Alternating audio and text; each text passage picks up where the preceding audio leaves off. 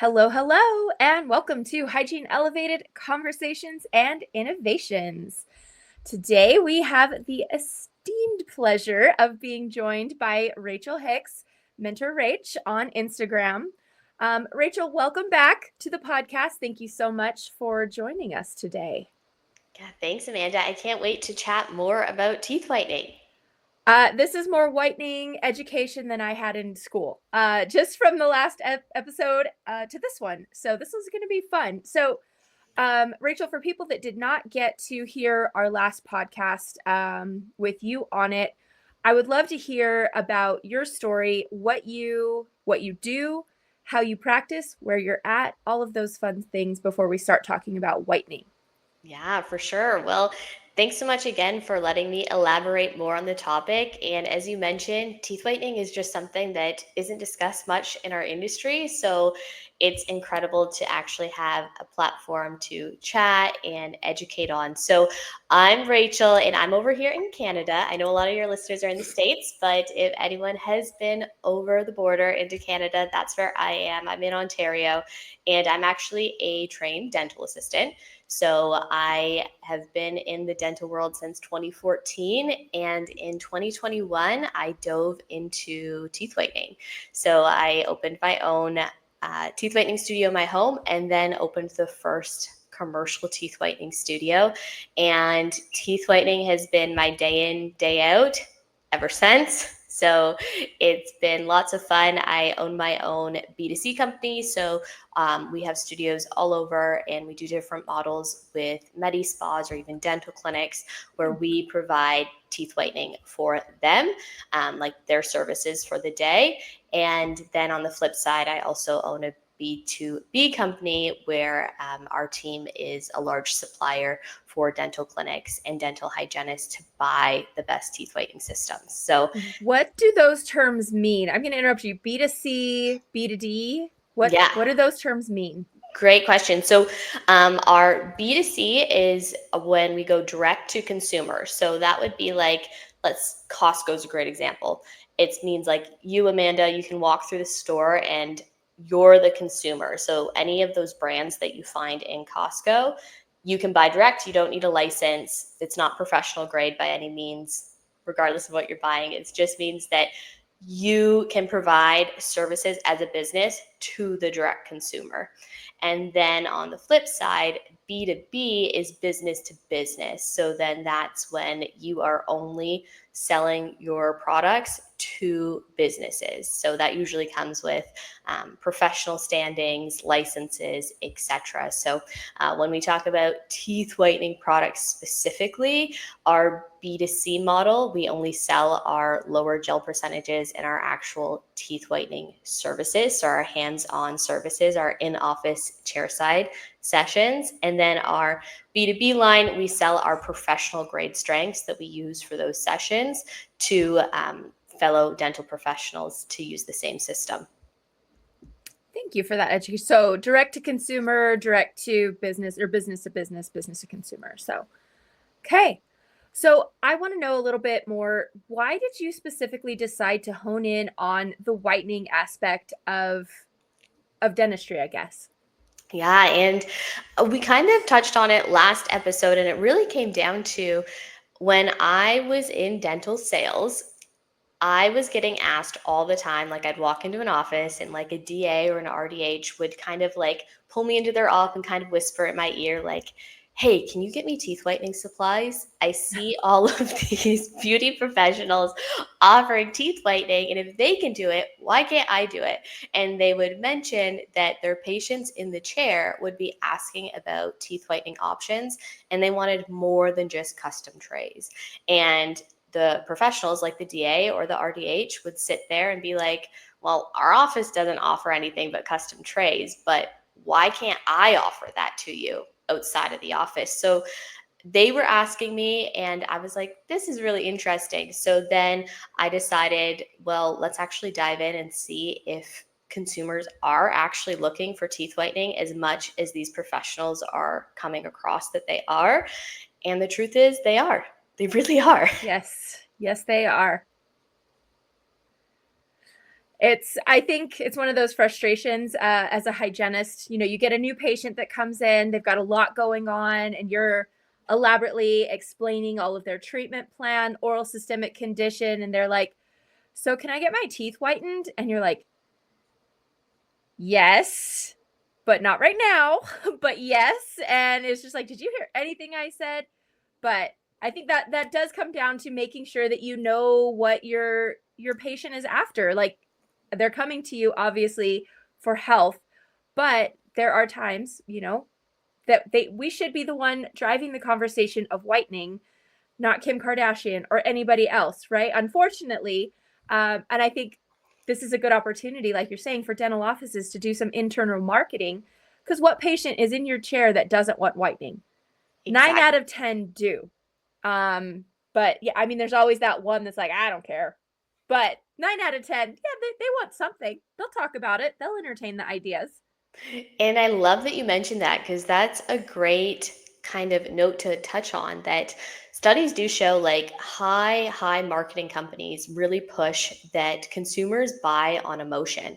And Mm-hmm. if they are unconfident or they're not feeling secure about their smile, that makes sense why all of those health things you just mentioned to them just goes over their head because they're thinking about an emotional trigger that they're unconfident about their smile or they're embarrassed by their smile. And they just think, ooh, whitening, that emotional trigger, that could get me a better feeling. That could get my confidence back. So, Amanda, I don't care about my oral health. I I don't care just, that my bones are rotting out of my head. I just want them white. Sounds right? legit. Too good, but it's true. It's really at the end of the day, it's crazy when you start digging into marketing, etc. We human creatures are so tied to emotions. Mm-hmm. Yeah, we do. We are emotional decision makers. I think especially in the realm of food, there's a whole lot of science there. But I remember a discussion that we had at a study club one time talking about not quite this very situation, but when you're in the process of explaining things to patients, if you say the word bad breath Mm. or like you tap into some sort of insecurity, does your acceptance rate go up? And I was like, okay, I had a problem with that at first because I was like, that's not okay. But I was like, at the same time, it's not wrong. It's not something that isn't a reality or something that patients think about. Because bad breath, right? We can talk about periodontal disease, oral systemic link all day long, and they're very important to overall health. But what does the patient understand? 9 times out of 10, they understand bad breath equals, being a social pariah. You're not, maybe your partner doesn't like to kiss you, or if you're in the dating scene and having bad breath, like your chances of landing a good date go down. So tapping into all of those things uh, can open up doors to help a patient realize that health is more than just my hygienist is cleaning my teeth. It's my hygienist is helping me have health, but that's giving me a better breath, basically. But yes, to your point, emotion is key. Exactly. And this is really kind of what's happened is the dental office has kind of let go of what their patients have been asking for, like specifically around teeth whitening, not paying attention to fixing that emotional trigger. And that's why in 2025, we're seeing teeth whitening done in some great ways outside of the office by dental professionals with great whitening studios throughout North America. And then on the flip side, a lot of not great whitening situations being done throughout North America. And it has just really come down because our industry didn't really pay attention to it. Yeah. It is an interesting phenomenon that patients would rather go to some sort of a pop-up studio to get whitening than to have a conversation with a dental professional about it. Why? I'm curious, why do you think that is? Instead of going to their trusted dental office, do you think it's economic driven or just a convenience thing? What is your take? I think it's a little bit of both. I think definitely the first thing is economic, like we chatted about in office, 500, 700, even $1,000 some clinics are charging for chairside teeth whitening. So That's number one, just out of the realm for a lot of our patients financially. And then on the flip side, I think there still is, as much as we like to think that, the dental office doesn't have that as much stigma as it used to be about being scared or reserved, etc.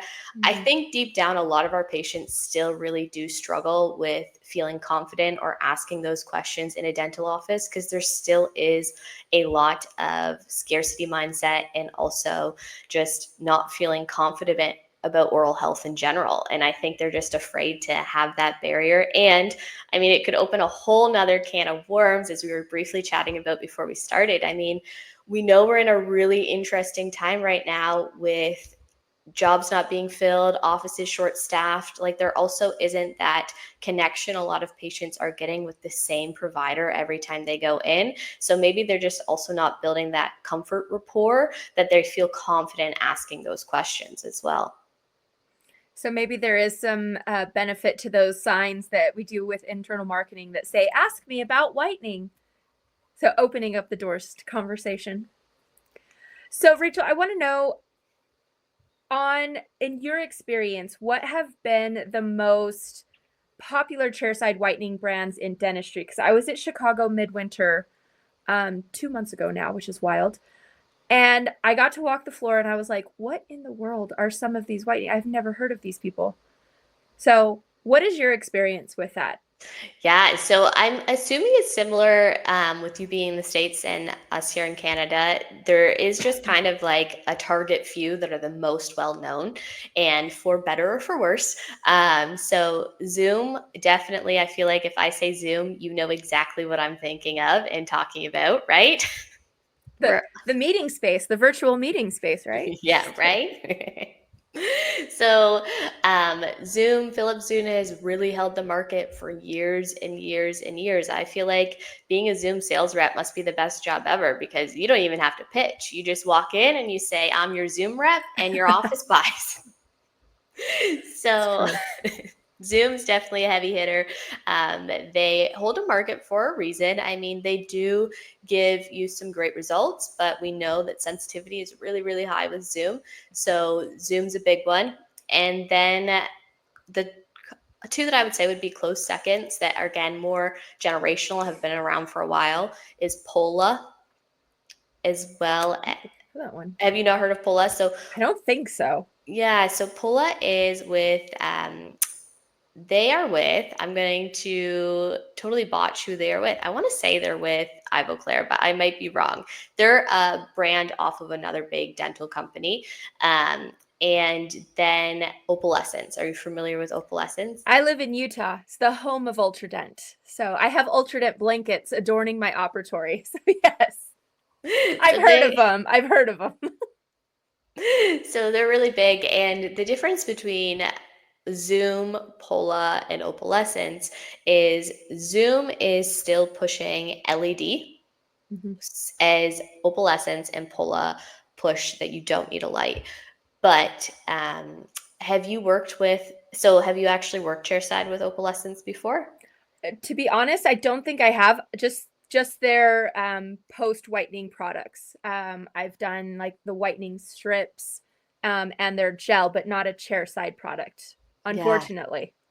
So, really, at the end of the day, I mean, there's only so many ways you can perform teeth whitening, right? So, at the end of the day, all three are doing very similar steps. The difference is percentage and if they are or are not using a light source. And I know there's always a big debate on if light sources are needed or not, but really at the end of the day they are, if you want that instant gratification for your patient. And even if you read the really small writing on both Pola and Opalescence, they both say if wanting accelerated results, pair with an LED light. Hmm. So it does really come down to those are the big three that are holding the industry. I like to think, I'm biased, but I like to think our company, Fern Whitening Supplies, is really moving into the market and kind of taking the issues that clinics are struggling with right now with the more common brands, taking those issues away.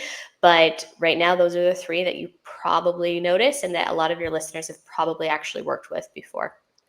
I will not name the brand that we work with. I work for a DSO, so I will leave it at that. We don't get Ultradent. We don't get Zoom or Pola. And I'll be honest, I've been so underwhelmed by the outcomes that I've seen with the product that we're using. And I've brought it up with management. I'm like, I wouldn't pay money for this. I mean, yes, $300 is what we charge, which is very affordable. Plus, you get the take-home trays. But to me, I'm like, the juice is not worth the squeeze here. Like, if I saw my teeth before and after, I'd be like, they look a little brighter, I guess.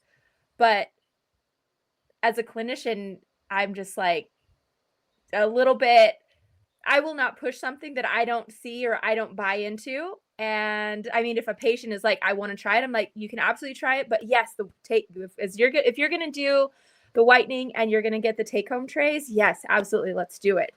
I'll support them in that journey, but I try to set expectation low with the product we use. I'm not happy with it. Do you know off the top of your head what the percentage is? I don't. I don't know. Is it a Probably light because it's source? been that long since we've done it. Uh, the because of what they say no light source. So we're Okay. not using a light source. Yeah, so that's a great example, and exactly why you're getting the results that you're getting is because you're not dehydrating the tooth properly. And to be honest, we don't want to over dehydrate and just create false whites. But if we think back to anything we do in dentistry, so let's say a filling or specifically like bonding brackets, for example, like I should say anything in dentistry that we're trying to get retention or absorption in, we etch before, right? So same thing with tooth whitening. We need to dehydrate the tooth structure to actually get absorption into the dentin tubules. And we can't do that with just peroxides alone. We need to add a light source so that we actually get our tooth dehydrated to actually absorb through. Because right now, if you're just laying down peroxides, and I'm assuming you're probably at a little bit of a lower peroxide too, like you said, you're just not getting a full stain removal. You're probably getting extrinsic stain removed, but you're probably not doing the greatest job at starting that intrinsic stain removal. And that's where a lot of our stain consumption lies. Truth. So what you talked at our last podcast, the difference between peroxide and carbamide peroxide. So tell us again, for those who did not listen, what is the difference between those two products? Yeah, so as we kind of talked about, like the big three companies that we're usually the most familiar with, like Zoom, Opalescence, and Pola, they're all hydrogen-based peroxides. And just so you know, you can find all of this stuff online. I promise I'm not giving away any trade secrets. You can just Google them. So they're all straight hydrogens, and they're ranging from 25% hydrogen up to 37 to 40% hydrogen. And of course, each breakdown is going to have different chemicals and also ingredients that that brand sees as different reasons to get you better results. Usually the most difference is different factors to put in for sensitivity, like if there's fluoride, etc., added into the gels. But then those are the most common that you see chairside just due to lack of education. So what a lot of professionals don't realize is that our other friend in the peroxide world, carbamide peroxide, is a great option. And usually most dental clinics only use it as take-home gels because it is a slower releasing peroxide. But if our goal in a chairside session is to remove extrinsic stain and remove intrinsic stain, we want lasting peroxide that's going to oxidize and really break down those stain pigments. And carbamide takes a full 6+ hours to break down, as a hydrogen's only 3 hours roughly, meaning that our carbamides we want to absorb intrinsically and let it break down so you continue to brighten over 24 hours by the time everything's done. So what that comes down to is, as I mentioned, kind of those hydrogen numbers, really common chairside, are 25 to 40%. Carbamide numbers sound really strong. So let's say a dental clinic is actually working with a carbamide chairside and it's going to say probably 44% CP carbamide. Mm-hmm. And that sounds so strong. You're like, holy smokes. But really, CP is a form of hydrogen and it's 3 times less as strong, meaning anytime you see a CP number, you divide it by 3. So really a 44% carbamide is just under a 15% hydrogen. So that means that if you are working with a chairside product, would be interesting, Amanda, if you kind of look around later and actually look at the percentage. Maybe you are working with a carbamide and it's just really not that strong and it's not getting you that quick absorption. And some clinics just don't realize that. It might say 44% CP and the clinic thinks, holy smokes, we're ready to rock, when really they're working with a beauty grade gel. So that's something to look about. And anyone listening should be like, oh, is my syringes that I'm using chairside, is it HP or is it CP? And kind of think about what results and expectations they're giving their patients, and then how that product will actually react in the short time frame you have chairside. That is a very interesting little tidbit. I don't think we discussed that last time. If we did, I completely forgot, unfortunately, but I don't think we did. I know we talked about the differences between the two products, but the percentages, I definitely don't remember that one. So that might be a lot of information for our listeners to take in right now. So is there something that you do differently knowing that you're using that type of a product, chairside, using beauty grade? So is there, now I just opened up a whole lot of questions in my head. Is there like 66% carbamide?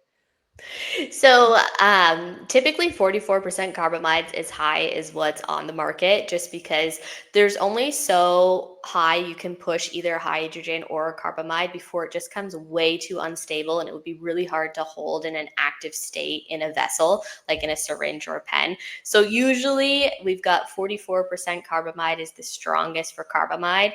And then usually it's only 38% for hydrogen, but Opalescence claims theirs is a 40%, I would say, I think I've right? seen 45%.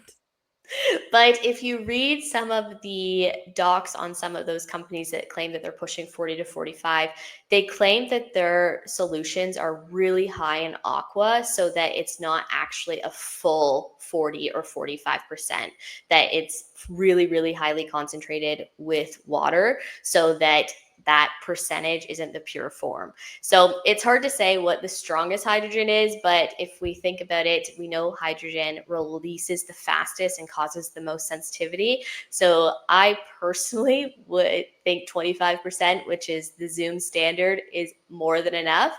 But there are definitely lots of companies that are pushing more. But I have a feeling what you're thinking in the back of your mind is, you mentioned beauty. What do you mean? Like, what's I the feel difference? called out. So typically, kind of especially in the States, if you are offering teeth whitening outside of a dental office, insurance companies will only cover up to 25% for cosmetic insurance. So, rule of thumb is anything between 16% hydrogen and about 20% hydrogen you can lay down without a gum barrier. So, that's typically what we call a beauty standard gel, because that's what a lot of beauty providers are doing. They're not laying down gingival barrier, or they're doing the self-administered technique where they can't touch the client. The client is literally applying everything. I'm Right? just like applying that to my esthetician. If she walked in and I'm like, I am here to wax my arm, and she's like, yeah, well, let me show you how to put it on. I'm like, well, what am I paying you for? Like, no thanks. Right. And I think that's a perfect example to show how bad the dental industry has done with whitening, because I know clinics that are doing self admin and they are so busy. So if our patients have gotten to that point where they want whitening so bad, they're willing to go and pay and do it themselves, what are we doing? I I'm a little bit speechless right now. I didn't know that was a thing. Yeah, only in the States, because there's a few states that really push that you can't touch the client or that's practicing dentistry. So they do administered methods so that they get around that dental law in their state. But yeah, it's a thing. So that means anytime you're working with pretty much any sort of carbamide chair side, you are working with a beauty gel, because if that 44% is the strongest and that's only about 15% hydrogen, you're well under that limit of no gingival barrier.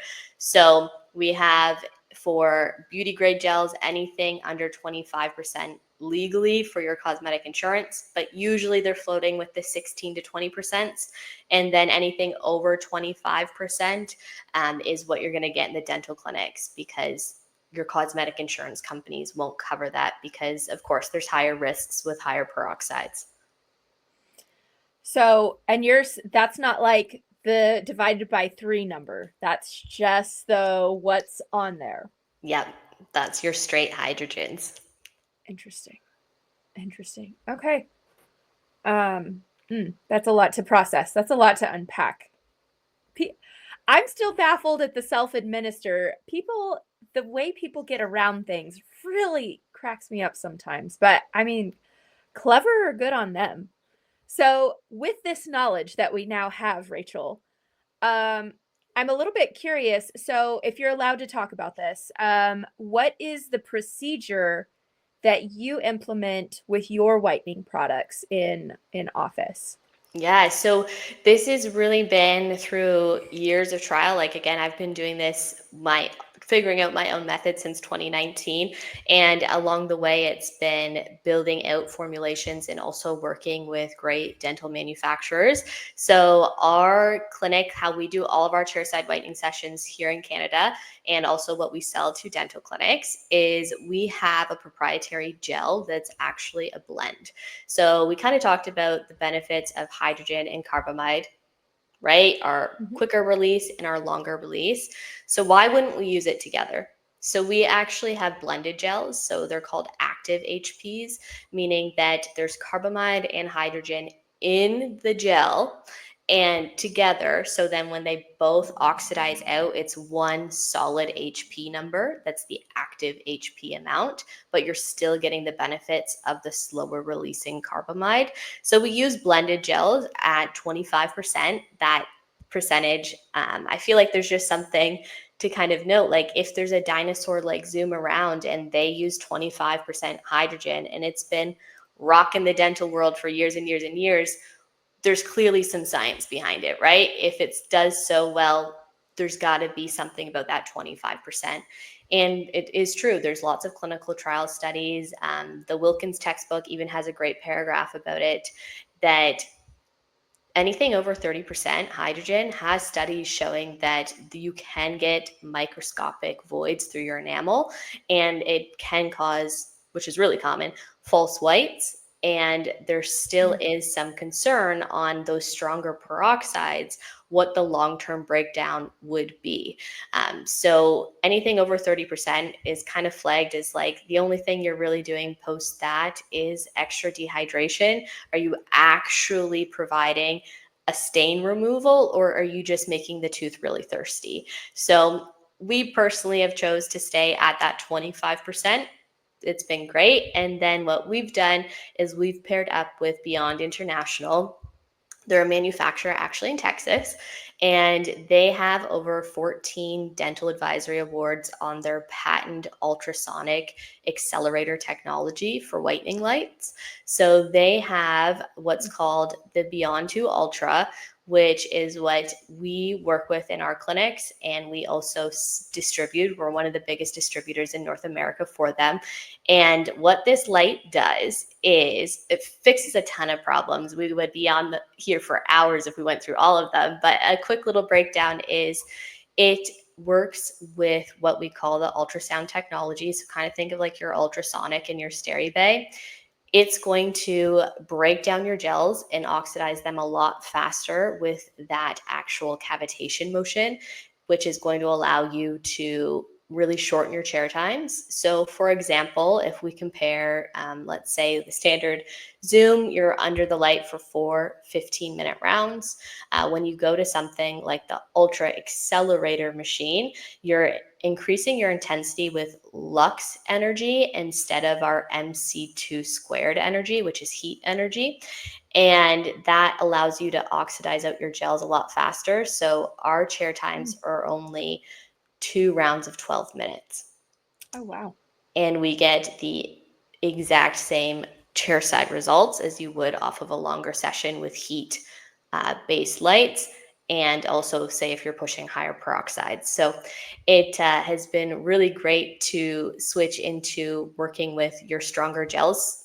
I shouldn't say stronger gels, but a different chemistry of gels. So how it looks in our office is typically what a lot of clinics struggle with is they work with some great brands. They get their patients really white chairside that's either high peroxides or long contact times under their heat-based lights. And their patients chairside are so happy, right? They're like, oh my gosh, I'm Ross from Friends. Look at this glow, right? So then what happens when they remineralize in about 24 to 48 hours, they really rebound because their false white disappears because really they were more dehydrated more than anything.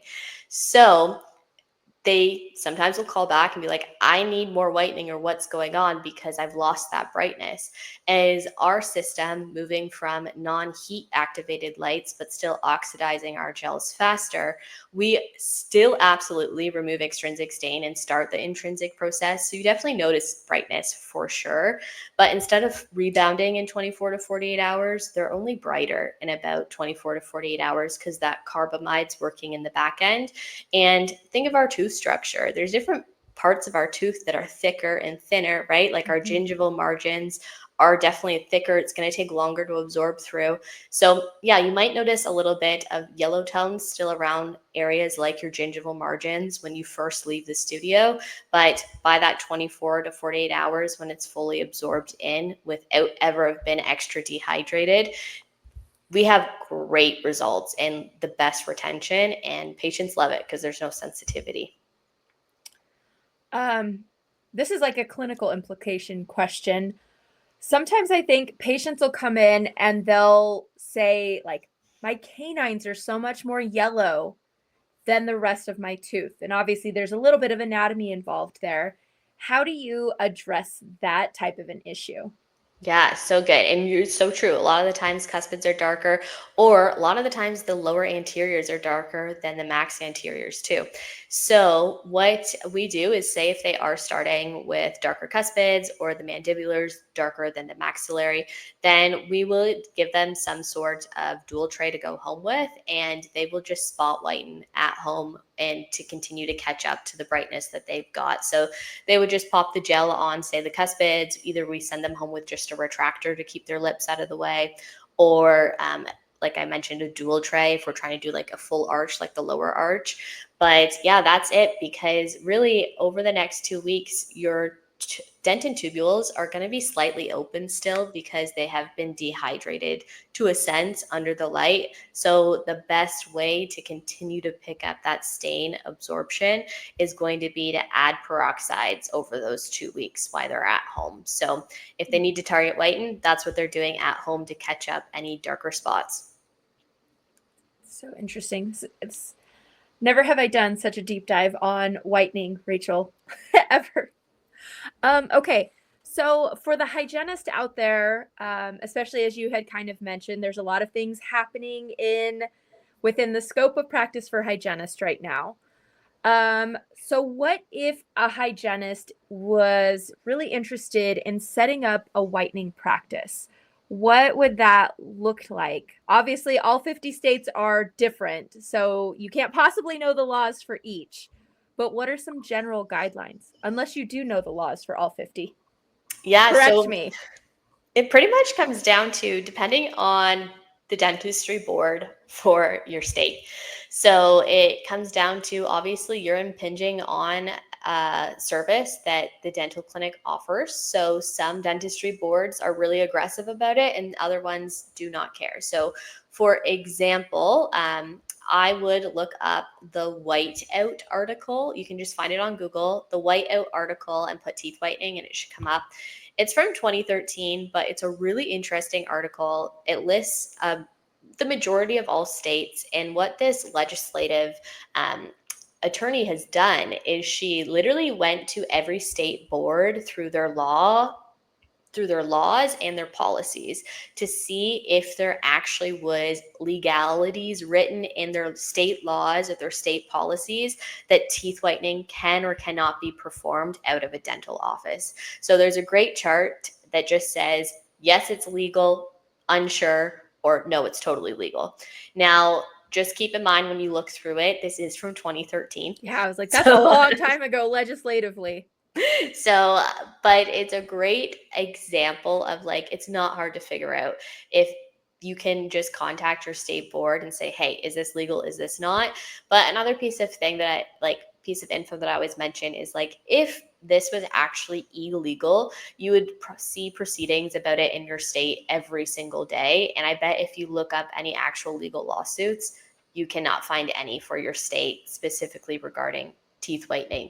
So what I would do is kind of check out your state, see if there are any laws around it, quote unquote. Mhm. But from there, you can chat with your dental board if you want. But what you're going to find is that Texas is a great example. Texas has a ton, and I mean a ton of teeth whitening studios that are either run by beauty professionals or by dental professionals.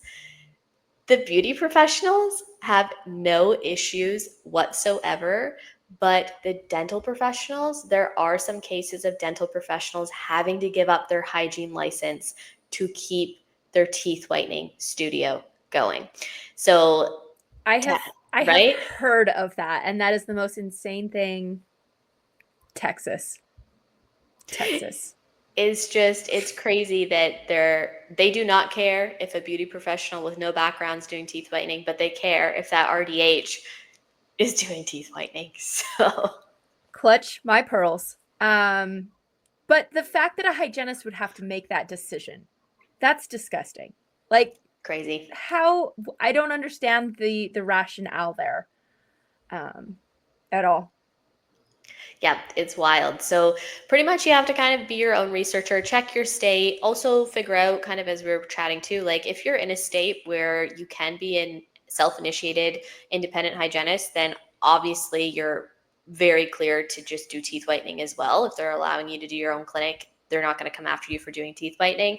But majority of the states, what it falls into is just keeping your business license separate from your actual RDH, RDA license, and you're running it as a personal care service. You get your own cosmetic teeth whitening insurance. You get your own public health audits from a personal care aspect, really easy to do.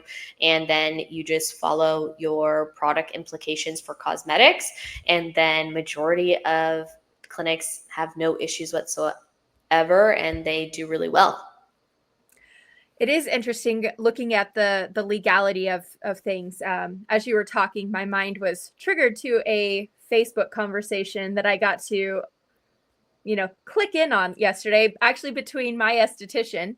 So I live in Utah, and we have the local 411 chat group for our Facebook page, and everybody in my town is on this page, and we all know each other's business. It's a small city, but we're growing. I digress. Somebody posted that they are now doing eyelash extensions for like an absurdly low amount of money. I think it was like $50. And so obviously people were like, show me your work, like how much, I'm interested. And I see my esthetician chime in because her daughter does eyelash extensions, and my esthetician is a master esthetician. So she takes her license very seriously. And so she chimed in and she was like, are you licensed? And this lady chimed back, I'm not licensed. You don't have to be licensed in Utah anymore. And they went back and forth, and it was very respectable, but there was a lot of chat GPT with Instagram posts and all of these things saying, I don't have to be licensed. You just have to take this course to be certified. Which I haven't checked on it today to see what the results were from my esthetician responding to the latest before I went to bed last night. But to that point, it's interesting how each state can be so different, and you can't be a hygienist, but you can be a beauty service provider to provide this service. But you could have your hygiene license taken away if you dare whiten outside. It just like the standards make no sense. Or at least I would love to hear the rationale and the arguments behind why the decisions were made the way they were. Yeah, no, for sure, right? And I think really at the end of the day, it just comes down to some of these dentistry boards just feel like the hygienist outside of the office would be, undercutting them and taking their whitening clients, which they're not paying attention to anyway. And they're like, no, you can't do that. You work for, our governing board. You can't, you know, get some money off of the side. So it's So definitely we'll let the crazy. beauty industry do it. Yes. Yes. Okay. So again, kind of going back to a hygienist thinking like, what about this? How can you go about ordering? Because that's kind of one of the issues. And even with the whole Botox thing that we can now do in Utah, you have to be able to order the product that you can now provide the service to your client, your patient. How does that work? Yeah, so if you're a hygienist, you're probably able to purchase through the quote unquote standard lines that you're typically used to purchasing through at your dental clinics, right? Probably the big distributors that you're comfortable with and know of. And then they carry those bigger lines that we talked about for whitening. But what you're going to find is that if you're going to open your own teeth whitening business, you cannot be working with those dental clinic brands. You absolutely cannot, because their cost per person is way too high for you to then turn around, try to price a decent service and still make a profit margin on. So you do have to source outside of the realm of dental. That doesn't mean you're cutting in quality. For example, like Fern, we really allow our prices to be flexible for dental clinics and independent clinics, purposely for independent clinics to grow. But you can look for some great options that are going to get your cost per person in American dollars from about 25 to $40 per person. And compared to a dental clinic in USD dollars, you're probably paying anywhere from about $80 to $120 per person. So you can see that that's a big flux in capital that you're able to work with, right? So you're going to need to source more affordable products. Again, as long as you're doing it correctly, it doesn't mean that you're cutting in quality. And then you're going to be able to actually price in this economy, right? So in Mhm. 2025, the most standard pricing outside of a dental clinic, if it's done by a hygienist or a dental assistant, is going to be anywhere between 220 to all the way up to about, I'd say, 350. And that 350 mark would definitely be larger cities, or you're including something like take home trays as an addition. So I would say 225, 220, all the way up to about 299 is probably the most average. And if you're working with advanced technologies like the Ultra Machine, you can whiten two people at once. So you can make double the revenue in one chairside session, as well as you're only holding up about 45 minutes of chair time. So you're able to see lots of clients, do lots of fun, like bridal parties. I know some different providers who will do, like, especially around the holiday season, where they'll go to like real estate firms, insurance agencies, etc., and they do like mobile pop-ups, like the company pays you to come in and whiten their staff. Like, there are Hmm. so many fun things that you can do safe, effectively, and profitably, like putting your hard-earned skills to work for yourself. No, that's definitely thinking outside of the box and kind of fun ways to do that. So okay, going back and thinking about hygienists possibly starting their own whitening business, what is the number one tip that you would have for that hygienist? Yes, love this. Number one thing is do a budget. Figure out what you can financially afford. That's number one, right? Because you don't want to just buy something here, buy something there, then you have all of it and you're like, well, what do I do? Yes, people want their teeth whitened. Teeth whitening is growing, and the client base that you can get is incredible, right? It's very diverse.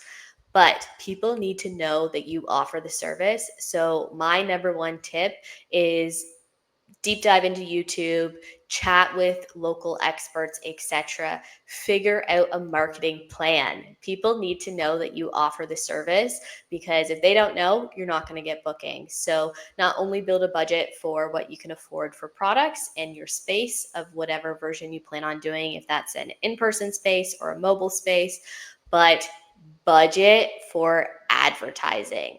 That is my number one piece of advice for sure.